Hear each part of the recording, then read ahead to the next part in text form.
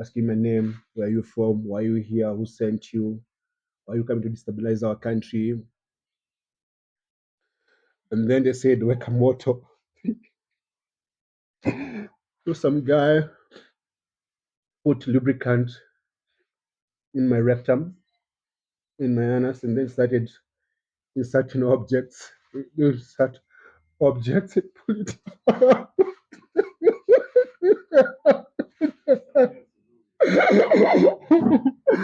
they would, they would,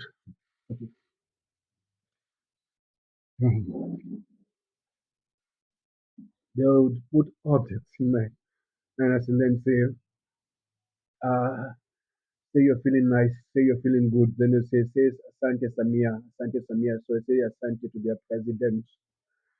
And then they'll push hard and then it out again. So this that, see I start bleeding. And they dropped me. Then I'm still blindfolded. They took me to a wall, then told me to face the wall and then squat. Then a man came and was putting his fingers in my anus and then saying that, say you're feeling nice, say you're feeling good, say Asante Samia. Then they would do that.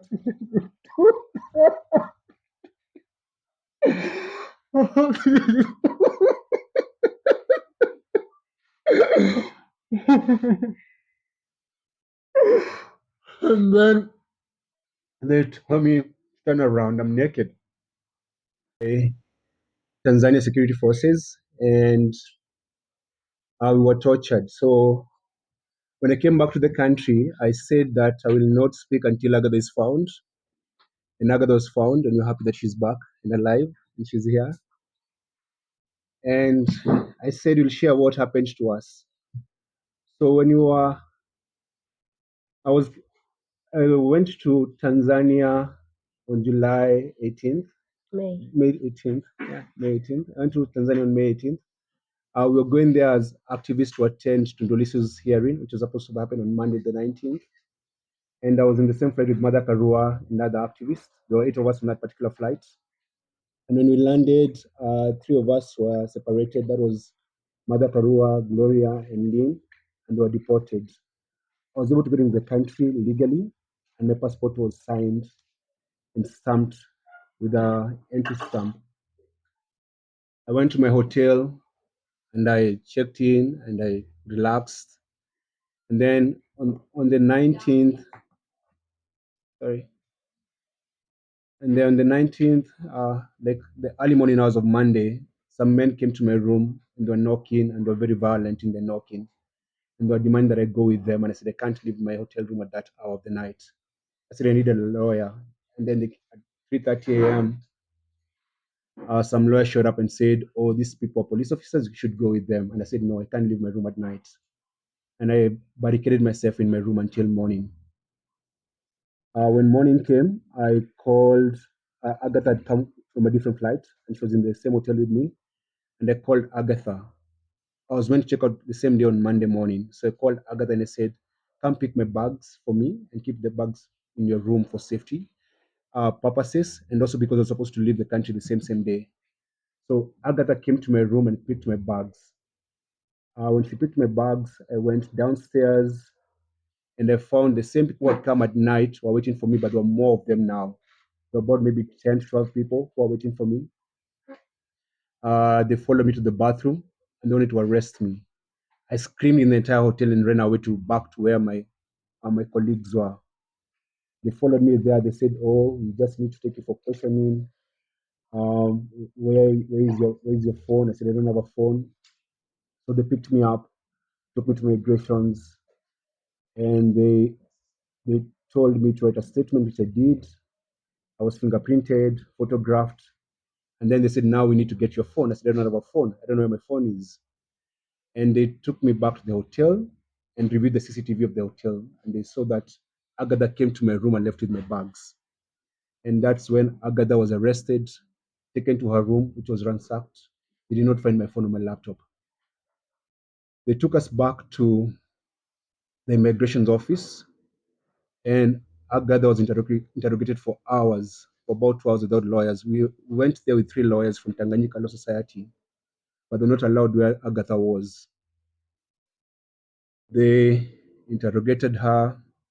Around 6 p.m., I got a call from the Kenyan ambassador to Tanzania, Mr. Isaac Jenga, who told me I was going to get deported from Tanzania. And I was like, okay, I'm happy to go home. Around 6:30 or maybe some few minutes after 6, some guy came who said he was from the state office or state security, and he started beating me up. I was being beaten at the presence of my lawyers and Agatha. He started calling me saying that I'm an inmate, I'm coming to destroy their country, and I'm a problem. They're going to teach me a lesson. And then he said that we're under arrest. So we were moved from immigration's office, me and Agatha, to Central Police Station, where we found a guy called, we later came to know he's called Mafuele. At the station, the beating continued in the presence of those three lawyers who said nothing. And they said we must produce our phones. When Agatha was being arrested during the day, they found her phone. So they had Agatha's phone, but they did not have my phone. I did not give them my phone. I didn't even have a phone at that particular moment, but they said that they're going to teach me a lesson I'll never forget. At that station is where they said they're going to rape Agatha. That guy called Mafuele says he's going to rape Agatha. Uh, stayed there for a couple of hours between, I think, 6 and 8, the slaps, the beatings. And then the lawyers were chased away and were told if they don't go, they'll be investigated.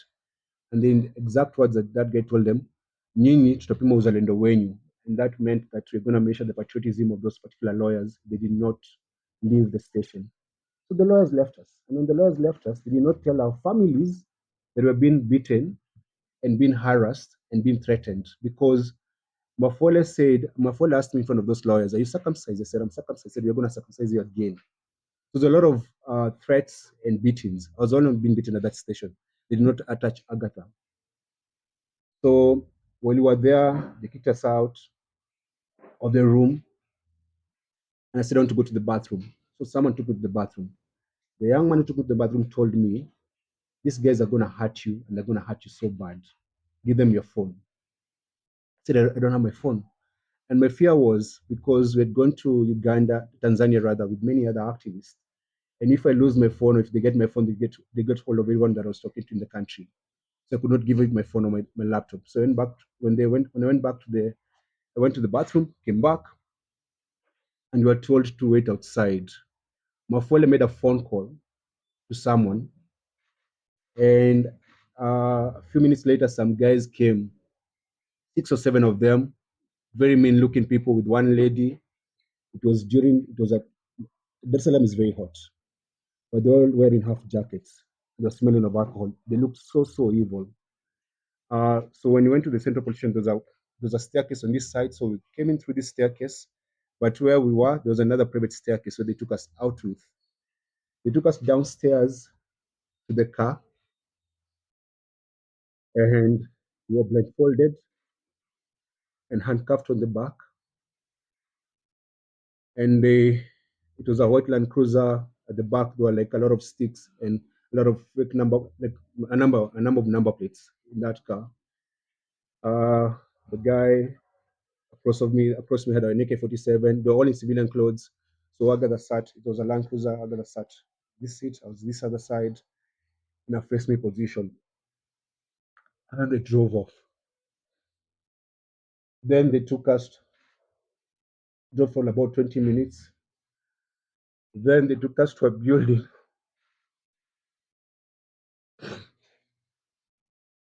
This place where they went to torture us. When you go there, told me to get off the car, came out, and then they banged the door on my face. I had a mark here, I don't know if it's still there. I don't know what they were waiting for. They were putting some things ready. Uh, they got me out. I was still handcuffed and blindfolded, and they told me to strip naked. And I stripped naked. When I stripped naked, they removed my handcuffs, and then I was grabbed by about 4 men, and they lifted me up so fast. Before they lifted me, actually, they put some gloves in my hands. Then they lifted me up. They lifted me up and tied me upside down. There's a photo I saw online about what they did to us. It's in my bag. You can distribute when I'm done talking. So we were put on upside position where my legs were up like this, my body's up, I'm stuck naked, and then they started beating my feet. So they would beat me and massage my feet, beat me and massage my feet. I was screaming so hard, I couldn't even. There was no tears coming out because of how painful it was. One of them said, "Put his under in his mouth." So they put my under in my mouth, and they would tell me, "Stop screaming. The kids are sleeping." And then to drown my screams, they opened the car because I could hear them. They were playing gospel music in the background. They beat me.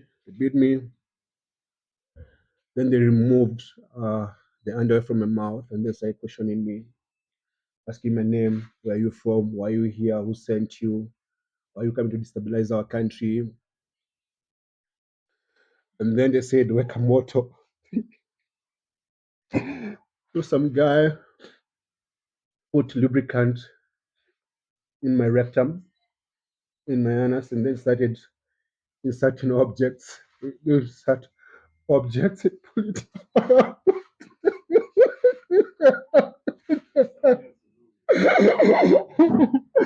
they would, they would,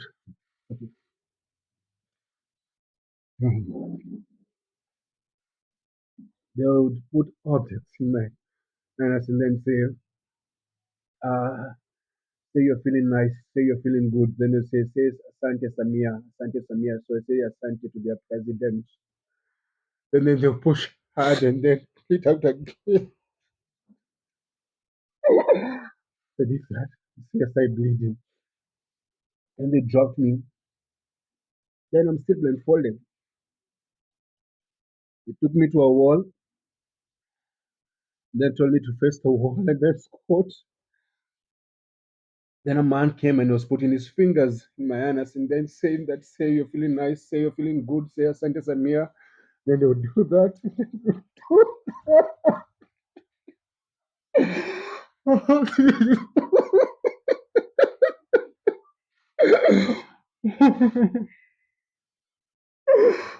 And then they tell me, turn around, I'm naked. So all this time they're telling me they're recording everything they're doing to us, or rather they're doing to me. So they're recording this, they're teaching me a lesson. So I'm stuck naked, they tell me around, say your name, your wife's name, your kid's name, where do you live, where do they go to school. I'm naked. And they removed the blindfold and said, now, so when I'm answering these questions, when I turn around, um,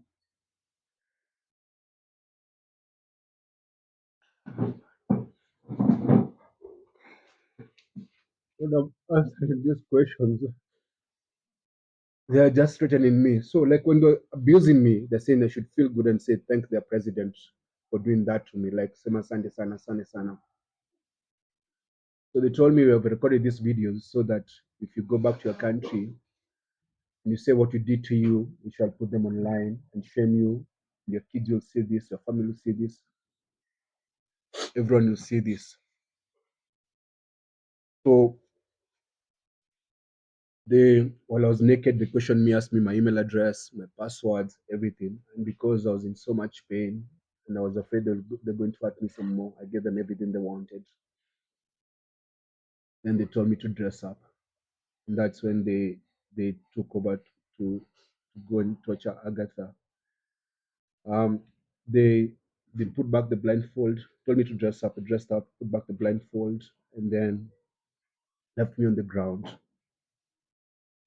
So we spent the night on that floor. I could barely walk. I was bleeding. And then I could hear Agatha screaming. And one of the men was there saying, why don't you give me permission to rape her? Because this one is like big good. She looks very nice. Let me just allow me to shusha muzigo. Like, let me rape her. So I don't know what happened to Agatha, but I could just hear her screaming. The following morning, on Tuesday morning, they came and they told us to remove our clothes. and to go shower. So my feet were swollen. I could not I could not walk. So I begged them to allow me to crawl like a dog so that I could go to the bathroom. I crawled like a dog to where the bathroom was. That's when they removed my handcuffs. So when I was stripped naked, I still had the handcuffs. That's when they removed the handcuffs and told me to take a shower. I was still bleeding, I still had blood. There was a man with an AK-47 standing there, like wearing civilian clothes. After that, they gave me fresh change of clothes. They were just insulting me and took me to another another white land cruiser, still blindfolded. And they took me away. That's the last time I saw Agatha until now when she came to Kenya. So that was on Tuesday morning. And then we drove and we drove and we drove and we drove for hours and hours until it got dark. Told them I wanted to use the bathroom. They said you can't leave the car. So they gave me a bottle to pee. I was still blindfolded and handcuffed. Then eventually at night, I don't know where we ended up to. They took me to a room where they left me there. They gave me like a soda and a loaf of bread. That was on Tuesday night.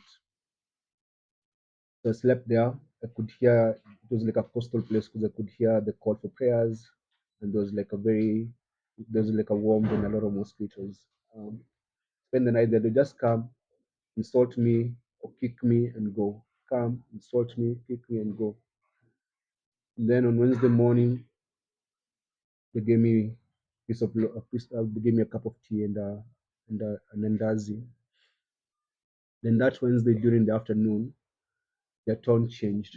They said now we're gonna let you go, but they're gonna let you go with a very on your kali, which means like a stern warning that if you leave this country, you should never come back or we'll kill you. You go to your country and say what we did to you, we'll find you and we'll kill you. And should never come back. So they said, do you want to eat? I said, I don't. They didn't have an appetite. The other thing is that because every time I wanted to go to the bathroom, they'd actually go there and stand by me like they're inspecting my stool. So I didn't have any privacy. And the only time the handcuff came up is when I went to the bathroom. But the blindfold never came out. So that afternoon they gave me a painkiller. And on Wednesday evening, they they told me now you have to learn how to walk because I could barely walk. So they told me to remove. I was wearing open shoes. Remove open shoes. Took me outside. Officers surrounded me. They're all in civilian clothes. They stood there. Removed the blindfold. Said now you have to walk and make sure you try and step your feet on the ground. Step your feet. Step your feet. Said we're gonna let you go, but don't ever come back in this country. So they taught me how to try and walk. They made me walk for like half an hour. I said that's enough. And then the following morning, on Thursday morning, they woke me up so early, at around 4:35 a.m. They put my things in the car, put me in the car, and then drove for like an hour. Stopped briefly. Then when they stopped briefly. They spoke outside. Then drove again. Then stopped again. Then told me you're gonna drop whatever you're going to drop. You don't open your eyes. Don't turn back. Don't look at us until you leave. So they told me Lala Chini. They kicked me out. Slept there on the floor on the side of the road. And then when I opened my eyes, there was a Boda Boda guy waiting for me. I think they'd already done a deal with the Boda Boda guy.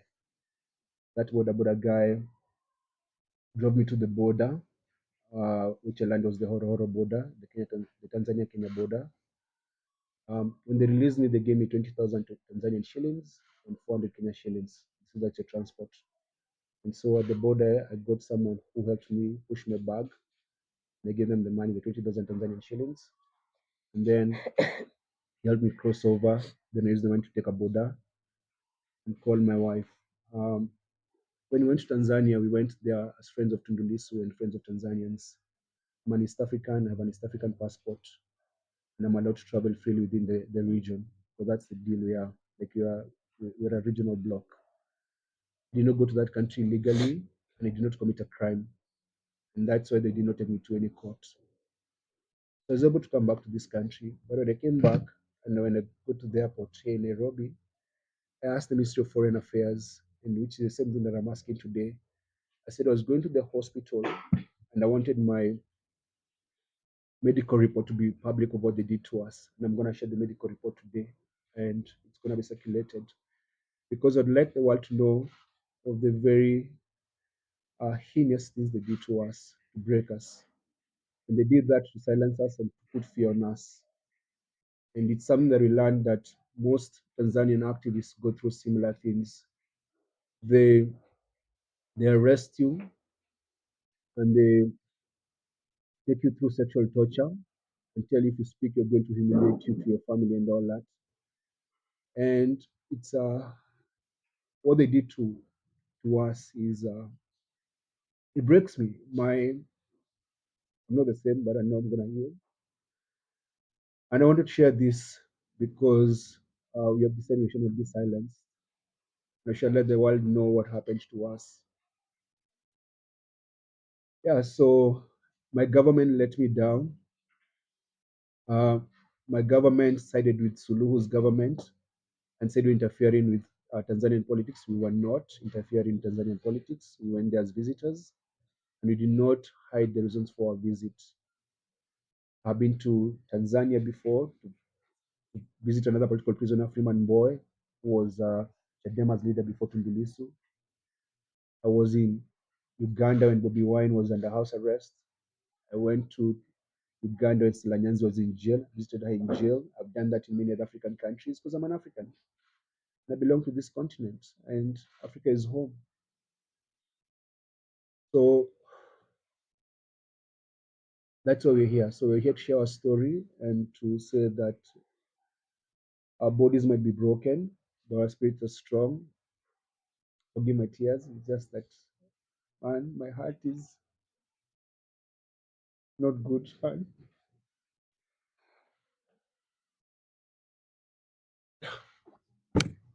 Um,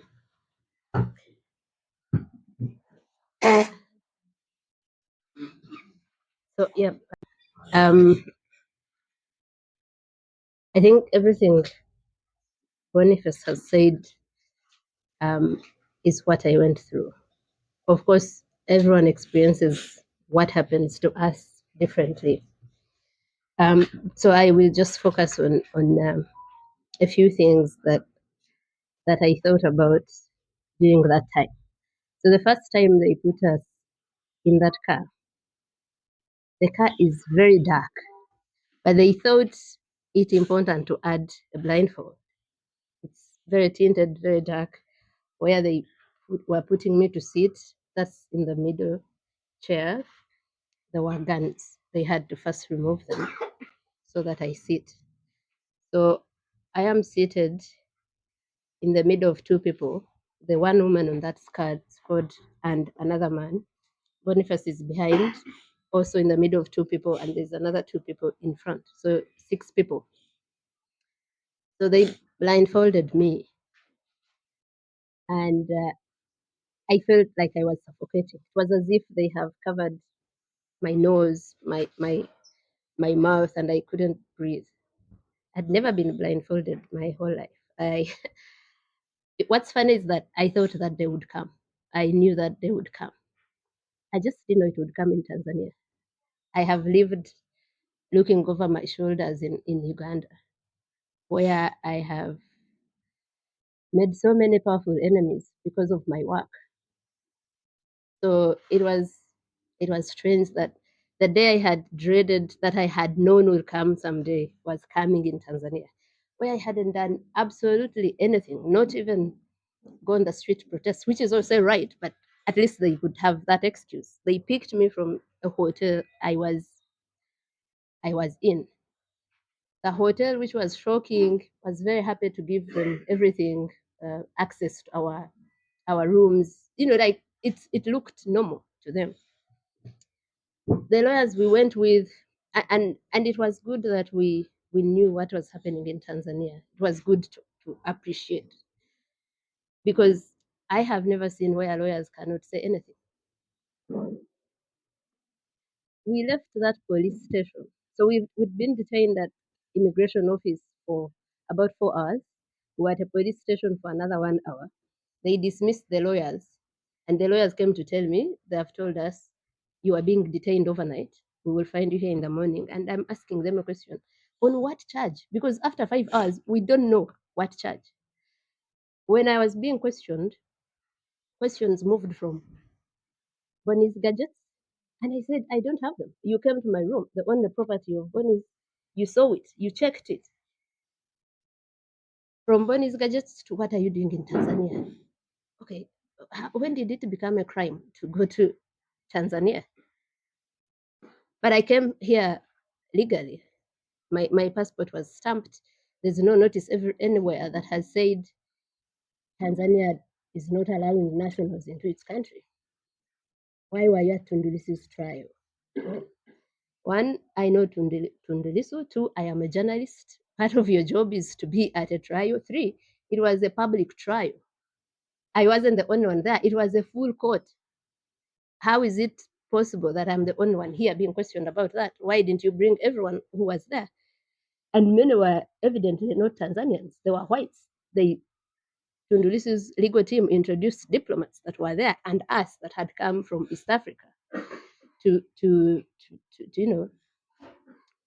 observe the trial. Then it became, so they are going through my passport. They had taken it from me, and they're being angered by my passport having so many visas. So that's where this whole narrative of whites have sent you to disorganize us came from. Why do you have so many visas? How do you travel to all these countries? Where do you guys make your money? I should be an activist too if it makes you guys live such a life. And so at some point I asked them, may I be told what question, what issue you have brought me here to address? Because it was moving from all over the place. And I think what Boniface didn't tell is that because they are used to not being challenged, questioned, or even answered, so they found two people and they called us arrogant. But it was confidence of, I haven't committed any crime. I know my rights. I haven't broken any law. So every time you're asking me a question, I am going to answer. And there are questions they would ask, and I would say, but how is this question related to why I'm here? Do you have children? I said, what have my children got to do with this? And like Bonnie said, so we are being questioned by so many people. That room had, I think the room at the immigration office had around 7 people. All of them, every time I say something, they jeer with so much anger. It was as if we had done something very personal to them. So up to the point where we go to the police station. And this is something I've wanted to emphasize. So I come from a country that is also very dictatorial, full of impunity, but I never thought that one day I'll see I've found a country that is worse, a government that is worse. So my shock was that we are in the hands of public officials. They picked us from the hotel. They told our colleagues, because the elder General Mwangi asked the guy, I remember the first name being George, what's the issue? Why are you taking them? And they said, just for them to help us with some investigations, answer some questions. So the feeling was that let's not be accused of blocking any form of investigations. We have gone to answer the questions they have, however ridiculous, however disagreeable they are. But so these people know that the world, many people already know we are in their hands. We are taken to a police station. We're in the hands of a police officer. I am sure, like in any other East African country, even in Tanzania, the mandate of police officers, the core one, is to protect citizens and their property. So we are in the hands of people that are supposed to protect citizens. But this person, that guy that was, we later to learned his name to be Faustin Mafere, called thugs to pick us from a police station, from his custody, without a care of, I am untouchable, not just here in Tanzania, but everywhere. So in Uganda, they kidnap people, they torture people also. It's not a secret, but at least they kidnap you from a street so that no one knows who exactly is responsible for this. And many times they would deny, no, we don't know where he is or where she is. Here, the public officials were not afraid at all of being the ones to call thugs, to send us to thugs to do what they did to us. And for me, that's a level of impunity that I cannot I cannot fathom that we are at that stage where people, of course, when I was still shocked, I saw members of parliament also saying Martha Karua should have been raped or sent back home on oxygen, and they were openly in parliament. If that doesn't scare East Africans, that we are at that barbaric level, and for them, sexual violence is a go-to thing, like it's the first thing they think of. So anyway, so when we're checking what they did to Boniface is exactly what they did to me. They get me out of the car. After they took Boniface, they had increased the volume of the gospel music they were playing. At first, I didn't know why, but I had Boniface screaming, and I knew they were trying to block that me from hearing that. So they violently kicked me out of that vehicle, and they also ordered me to strip naked. Now I was afraid. You know, many people think I don't get afraid. I mean, I know people who say it seems fear is not in Agatha's DNA, but I was afraid. You know, I first got afraid when they blindfolded us. I think I had a moment of like almost a panic attack because always my fear was being tortured. I always thought, I wish the day they get me, I have like poison and I swallow it so that I don't go through so much pain, so much humiliation.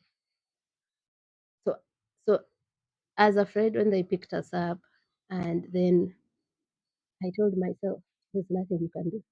There's no way out. There's no one saving you. You are blindfolded. You are like that sort of suffocation where there's no way out." So I found myself having this calm of accepting, whatever happens will happen. You have to prepare yourself for it.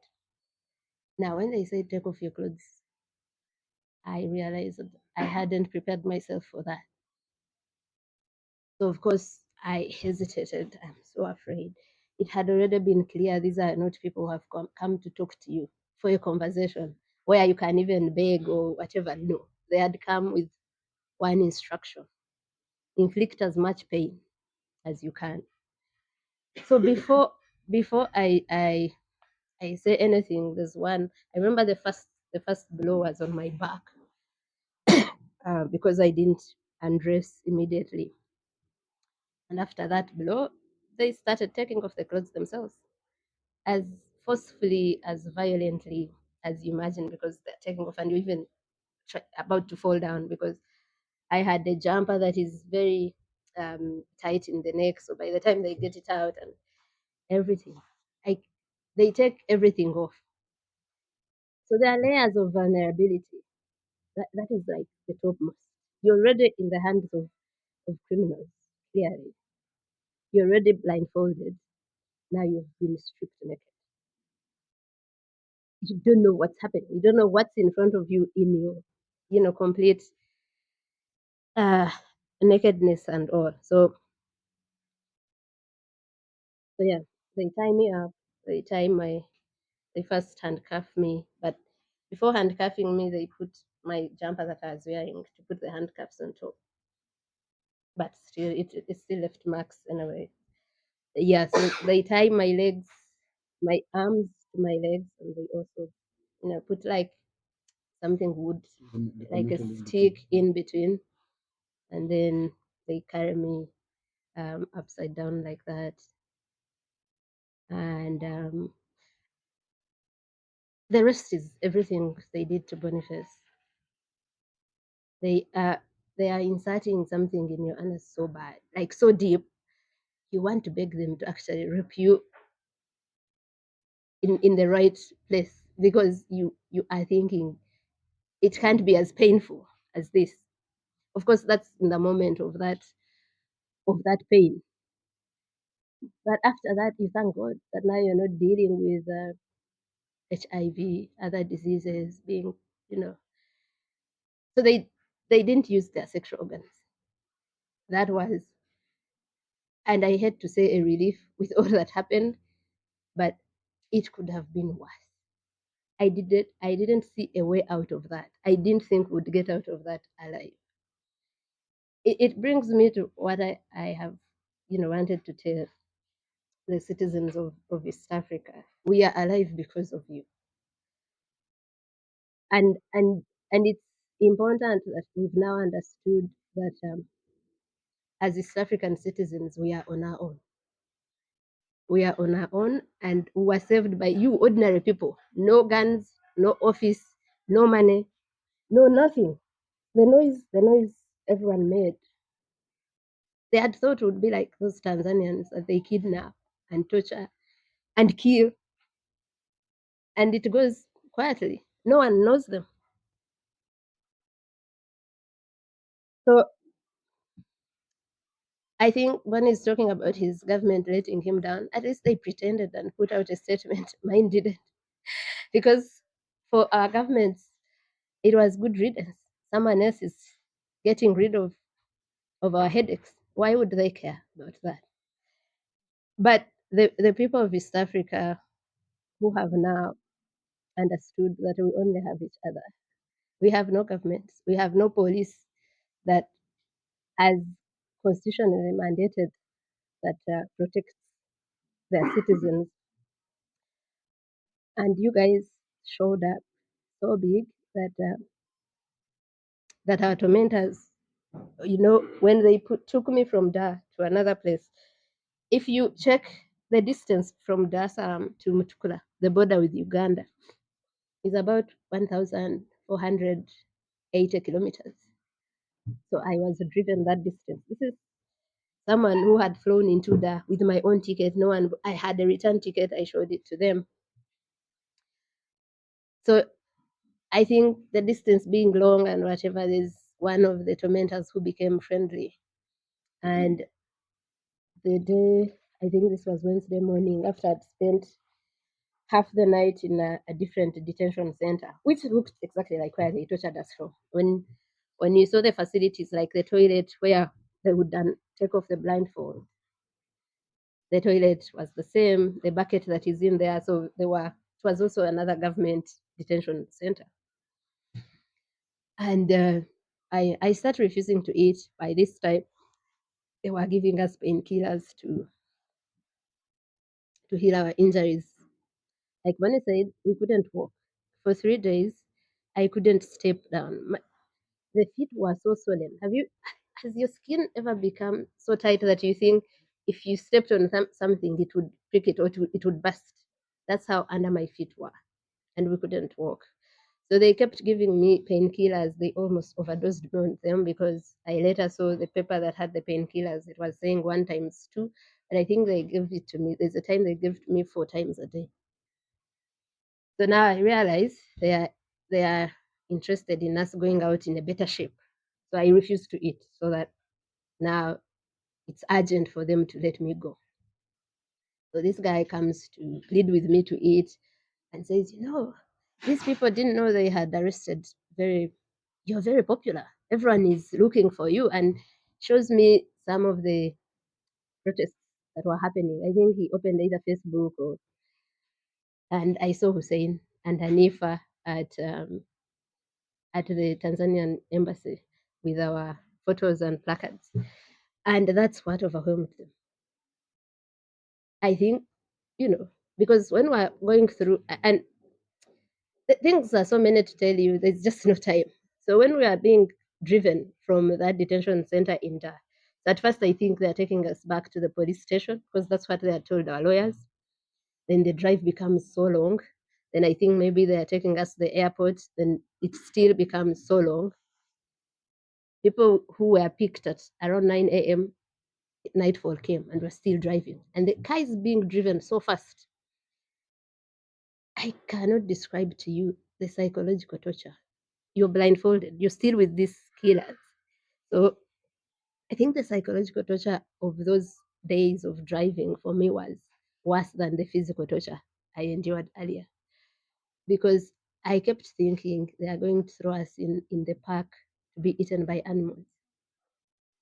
Or sometimes I would hear as if the ocean is roaring near us, and I'd think they would throw me in the ocean. And you're thinking that, yeah, you would be one of those people whose families never know whether you're dead or alive, whether you would return or not. And I went through that for the whole day and night. Uh, and yeah, so we're saved by ordinary people. And it's from ordinary us East Africans that justice will come. I think when everyone would ask, can we help you with something? Do you need something? Especially those that are powerful, the diplomatic community. I found so many messages on my phone from some of them in Uganda, and I would say, the only thing I want is justice. It's what kept me going in that situation. I was feeling so much pain, and that whole night I asked, what did we do to deserve this? What's the point to this pain? And I came to a consolation that maybe the point to this pain is that other Tanzanians, the Tanzanians have told you that are picked up and tortured and killed and no one knows them, that they get justice. Is that no one else, not a Tanzanian, not an East African, has to go through that. Is that impunity is somehow checked, somehow. And I thought, Boniface and I both have a name and a profile and platforms that, how many people can call journalists and you fill up a room like this? How many ordinary Tanzanians can do that?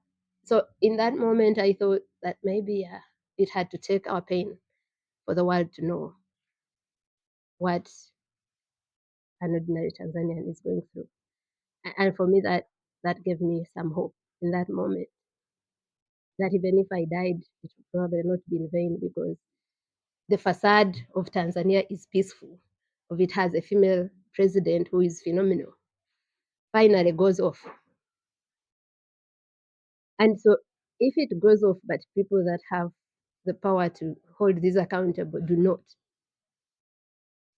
like we know they won't, because for our governments, it is a collaboration in that dictatorship, in that tyranny. It has been for a while. It has been. We have known that for a while.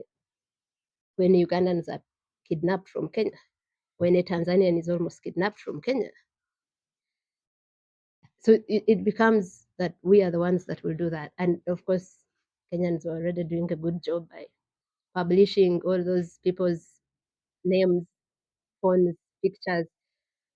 So we have to use the little power we have to make sure that guy Mafere, who thought he does not only own Tanzania but the whole world, because I am later told of how the Tanganyika Law Society president calls him asking about us, and he says, we will do whatever we want with them, and there's nothing you or anyone else can do. He told that to the Tanganyika Law Society president. So we need to find a way of getting justice in one way or the other. And yeah, so I think mainly that for me, I am grateful. I look at the silver lining in every dark place, and there was that. There's that we are all now tormenting them. When I became a journalist, my first editor told me that the role of a journalist is to afflict the comfortable. So they've been comfortable in their impunity, and we'll have to find ways of afflicting them. We won't find justice in Tanzania because this was a state doing that, and it's the state that is supposed to get us that justice. But we'll have to find justice somehow. I will end by saying that I don't even care about the people that inflicted pain on us. I'm not angry with them. I am so angry with the people that made that order. Even if we never identify those that actually inflicted pain, but we get the ones that had the responsibility. If I have committed a crime, charge me for it.